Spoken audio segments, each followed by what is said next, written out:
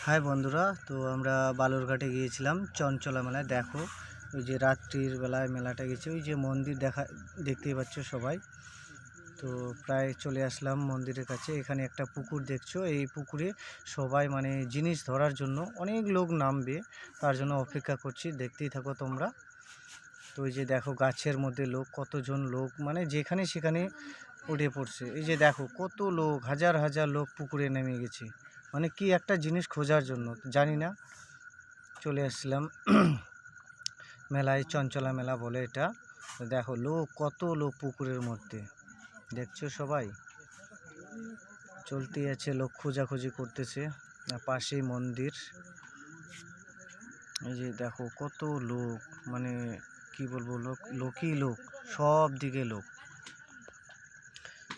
কি জিনিস একটা খোঁজার জন্য চেষ্টা করছে সেগুলা। তো প্রথমবার আসছি এই চঞ্চলা মেলায়। তো তোমার দিদিভাই হাই বলছে যে চলো মণ্ডপ দেখার জন্য।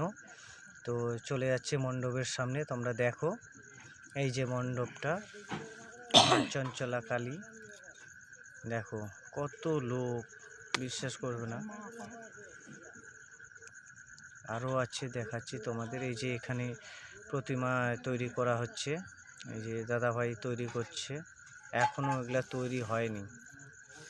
দেখছো কত লোক মেলার মধ্যে, আর কতগুলো প্রতিমা দেখো, প্রতিমা দেখো কত প্রতিমা। তো মেলাটা তোমাদের দেখাচ্ছি, দেখো।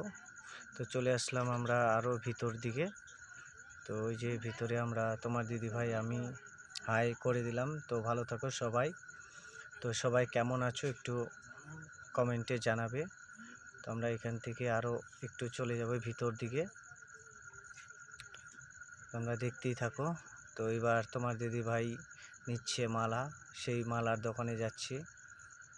তো ওই যে দেখো 100 টাকা হরেক মালের দোকানে চলে গেছে। দেখা দেখা